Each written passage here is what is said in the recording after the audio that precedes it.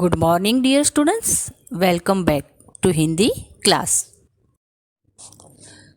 आज हम पढ़ेंगे पेज नंबर 41 पर। बहुत ही प्यारी सी कविता है और कविता का नाम है बरखा। तो आइए पढ़ते हैं और उसके बाद पेज नंबर 42, 43, 44 और 45 उसमें हम लिखेंगे। ठीक है, तो चलिए पढ़ते हैं प्यारी सी कविता। आओ गाए गुनगुन के संग। बरखा।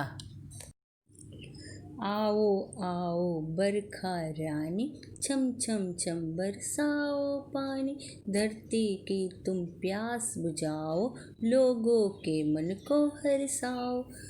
बच्चे भी निकले हैं घर से, बूढ़े बैठे अंदर डर से, मेढक टर टर शोर मचाते, अपने सुर में गीत सुनाते। कागज की नाव कहीं छतरिया, बरखा की है सुंदर लड़िया, मोर नाच कर मन बहलाते, राष्ट्रीय पक्षी है कहलाते। इंद्रधनुष के रंग निराले, करते मन को है मतवाले। बरखा ऋतु ऋतुओं की रानी, आओ आओ बरखा रानी। तो समझ में आया? अब आगे बढ़ते हैं। चलो। बच्चे भी निकले हैं घर से, बूढ़े बैठे अंदर डर से, मेढक टर टर शोर मचाते, अपने सुर में गीत सुनाते। तो यहाँ पे देखा आपने क्या? बच्चे जैसे आप लोगों को बारिश बहुत पसंद है ना? बोलो बोलो, बहुत पसंद है। बारिश में क्या होता है? सारे बच्चे घर के बाहर निकल जाते हैं और बाहर निकल के मस्ती करते हैं। क्या करते हैं? मस्ती करते। देखो यहाँ पे चित्र में बताया है ना, देखो ये लड़का निकला है बाहर और देखो पानी में उसने नाव चलाई है ना। तो यहाँ पे बच्चे भी निकले हैं घर से, बूढ़े बैठे अंदर डर से। बूढ़े यानी कौन? जो बुजुर्ग लोग होते हैं ना, वो लोग। तो वो लोग डर के मारे, उनको डर लगता है बाहर निकलने से, सही है ना? तो वो लोग डर के मारे अंदर घर में बैठे। देखो ये चित्र में एक दादा बैठे हैं ना, देखो अखबार पढ़ रहे हैं। तो बूढ़े जो लोग होते हैं वो डर के मारे कहीं गिर न जाए, इसीलिए वो लोग डर के मारे घर के अंदर रहते हैं और बाहर नहीं निकलते। और जब बारिश होती है, बहुत ज़ोर ज़ोर से बारिश होती है, तो मेढक, देखो यहाँ चित्र में बताया है ना, मेढक देखो वो शोर मचाता है यानी मतलब वो क्या करता है? चिल्लाता है, खुशी से चिल्लाता है। क्या? खुशी से चिल्लाता है। उसको भी पानी बहुत पसंद है। मेढक हमें कहाँ दिखाई देते हैं? पानी में भी दिखाई देते हैं और ज़मीन पर भी दिखाई देते हैं। तो मेढक टर टर शोर मचाते, वो भी खुशी से। वो क्या है? खुशी से अपनी एक आवाज़ से वो क्या करता है? अपना गीत गाता है, अपने सुर में एक गीत गाता है। तो बच्चे खुश होकर बाहर निकलते हैं क्योंकि उनको तो बहुत बारिश पसंद है। और बूढ़े बुजुर्ग जो लोग होते हैं वो लोग घर में बैठते हैं, उनको डर लगता है। और मेढक जो होता है वो अपने सुर में गीत सुनाता है। उसकी आवाज़ कैसी होती है? टर टर। और वो क्या करता है? चिल्लाता है, जोर जोर से वो अपने सुर में गीत गाता है। आप देखना, जब भी बारिश होती है, जहाँ बहुत सारा पानी होता है वहाँ मेढक ज़्यादा होते हैं और रात को आप देखना वो बहुत आवाज़ करके खुशी से उसकी आवाज़ सुनाई देती है। ठीक है, चलो आगे। कागज की नाव कहीं छतरिया, बरखा की है सुंदर लड़िया। छतरी यानी बारिश में काम आने वाली छतरी। बहुत बारिश होती है तो हम बारिश से बचने के लिए हम छाता का उपयोग करते हैं। हम छतरी लेकर बाहर जाते हैं जिससे हम गीले नहीं होते हैं। ठीक है। कागज की नाव, बच्चों क्या करते हैं? बहुत सारी बारिश होती है, बहुत सारा पानी आ जाता है ना ज़मीन पर, तो बच्चे उसमें बहुत मस्ती करते हैं, खेलते हैं। और ज़्यादातर बच्चे क्या करते हैं, कागज़ की नाव बनाते हैं और पानी में तैराते हैं। बरखा की है सुंदर लड़िया, मोर नाचकर मन बहलाते, राष्ट्रीय पक्षी है कहलाते। आप सबको पता है मोर हमारा राष्ट्रीय पक्षी है ना कि नहीं है? बोलो बोलो, सबको पता है मोर हमारा राष्ट्रीय पक्षी है।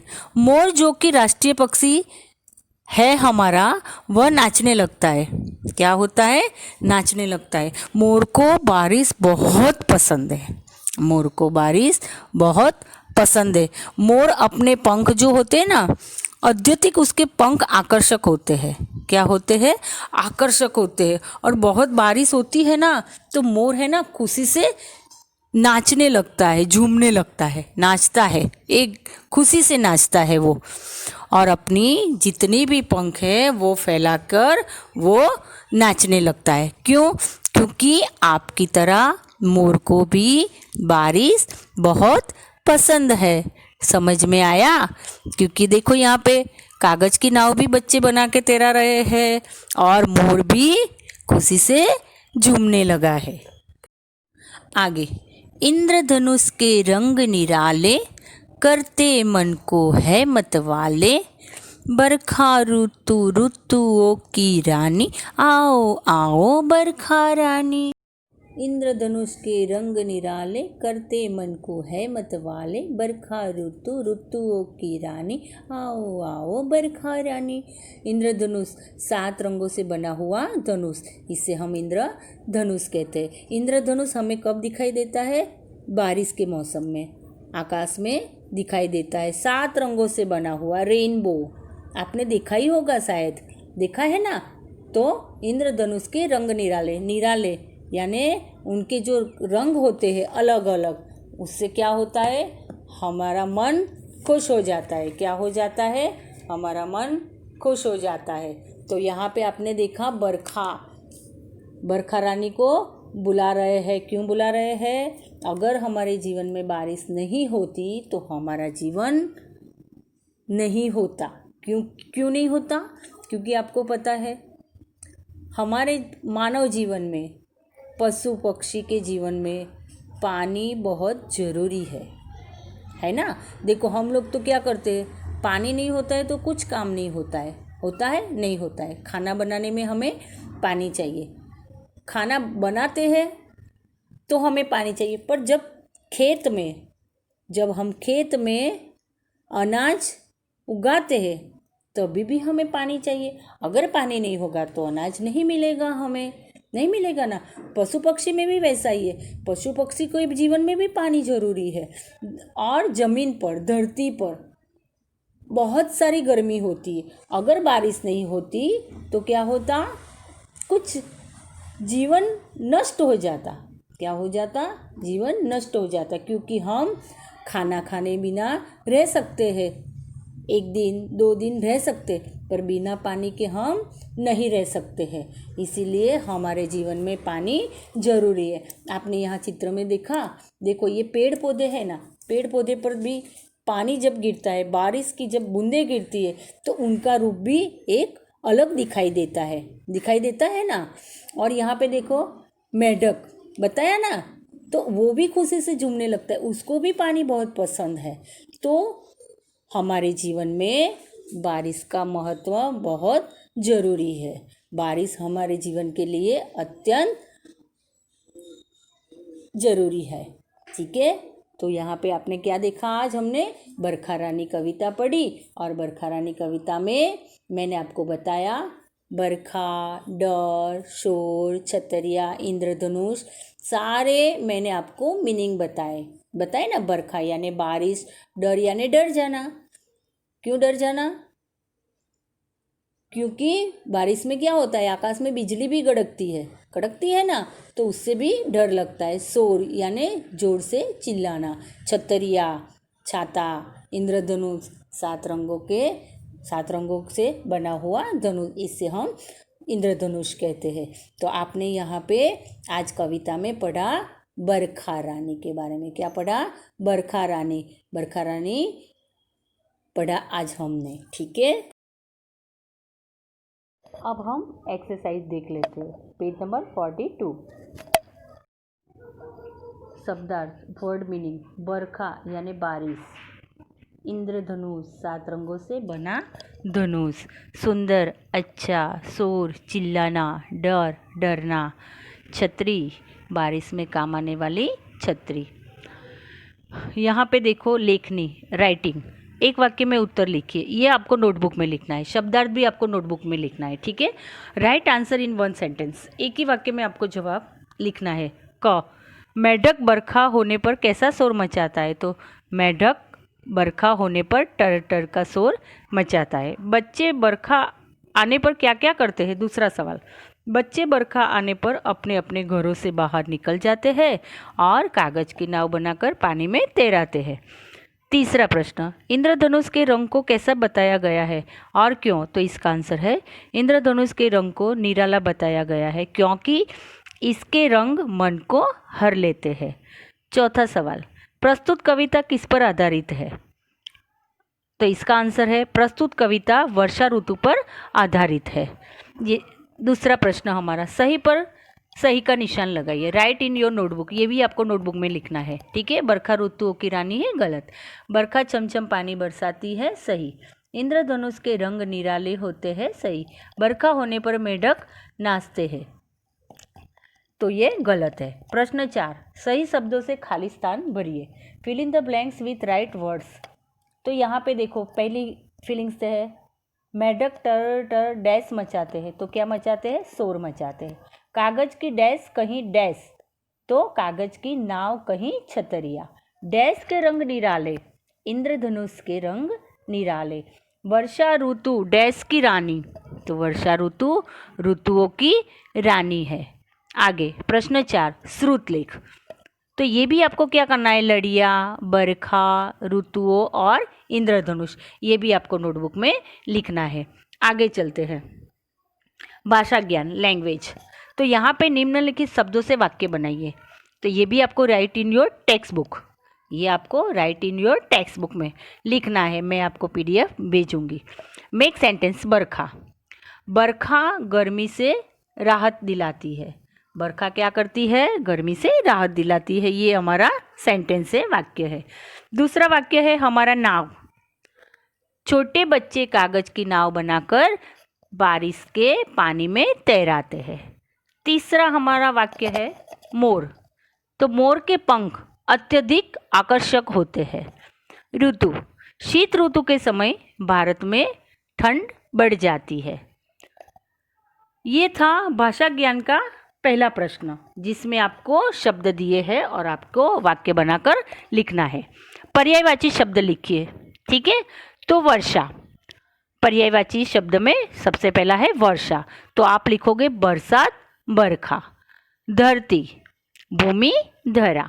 प्रश्न 3, अनुस्वार तथा अनुनासिक वाले 3 शब्द आपको लिखना है और यहाँ उसका चिन्ह भी बताया है, उसकी मात्रा भी बताई है। तो यहाँ पे मैंने दिया है 1 अंगूर, ये अनुस्वार है, ठीक है। अनुस्वार के 3 शब्द है, एक है अंगूर, दूसरा है कंगन और तीसरा है अंधा। वैसे ही सामने देखो चंद्रबिंदी वाला यानी अनुनासिक, तो उसमें भी मैंने 3 शब्द बनाए हैं, मुंह, हंसना और आँख। ये तीनों शब्द के ऊपर चंद्रबिंदी लगी हुई है। और अनुस्वार यानी अंगूर, कंगन, अंधा, इसके ऊपर अनुस्वार की बिंदी लगी हुई है, ठीक है। प्रश्न 4, विलोम शब्द लिखिए। यहाँ पे देखो आपको ब्रैकेट में दिए गए हैं शब्द, आपको उसको क्या है, जो शब्द है उसके सामने सही शब्द लिखना है, आपको सही जवाब लिखना है। यानी उसका जो दूसरा शब्द है अपोजिट है, विलोम शब्द। विलोम शब्द यानी उल्टा। यहाँ पे देखो टेक्स्ट बुक में आपको उसकी डेफिनेशन बताई गई है। किसी शब्द का विपरीत या उल्टा अर्थ देने वाले शब्द विपरीतार्थक या तो विलोम शब्द कहलाते हैं। देखो फिर से एक बार मैं बोलती हूँ, किसी शब्द का विपरीत या उल्टा अर्थ देने वाले शब्द विपरीतार्थक या तो विलोम शब्द कहलाते हैं, यानी हमें उसका उल्टा जवाब लिखना है। तो जो देखो यहाँ पे प्रेम तो ध्रुणा, प्रेम यानी ध्रुणा नफरत होता है। आदान प्रदान, शुद्ध अशुद्ध, सरल कठिन, जीवन मृत्यु, एकता अनेकता। तो ये पूरी एक्सरसाइज आपको समझ में आ गई होगी। आपको क्या क्या नोटबुक में लिखना है, शब्दार्थ नोटबुक में, एक वाक्य में उत्तर नोटबुक में, सही गलत और फिलिंग द ब्लैंक्स, और एक है श्रुतलेख। ये आपको एक्सरसाइज का फर्स्ट सेकंड थर्ड फोर्थ आपको नोटबुक में लिखना है, और भाषा ज्ञान लैंग्वेज यानी उसको टेक्स्ट बुक में लिखना है। तो पहली है मेक सेंटेंस है, वाक्य बनाना है। दूसरा है पर्यायवाची शब्द लिखना है। तीसरा अनुस्वार और तथा अनुनासिक के 3-3 शब्द लिखने हैं। चौथा है प्रश्न हमारा विलोम शब्द लिखना है। और इस साइड पेज नंबर 45 पे एक अम्ब्रेला यानी एक छाता दिया गया है, एक छतरी का पिक्चर दिया गया है आपको। तो दिए गए छाते के चित्र में रंग भरिए। तो ये आपको एक सुंदर रंगों से ये छाता में कलर करना है। समझ में आया? तो ये है हमारा छाता, ठीक है। सुंदर कलर से उसके रंग भरो और बहुत अच्छे से उसका चित्र तैयार करो। Okay, good bye, take care, stay home, stay safe.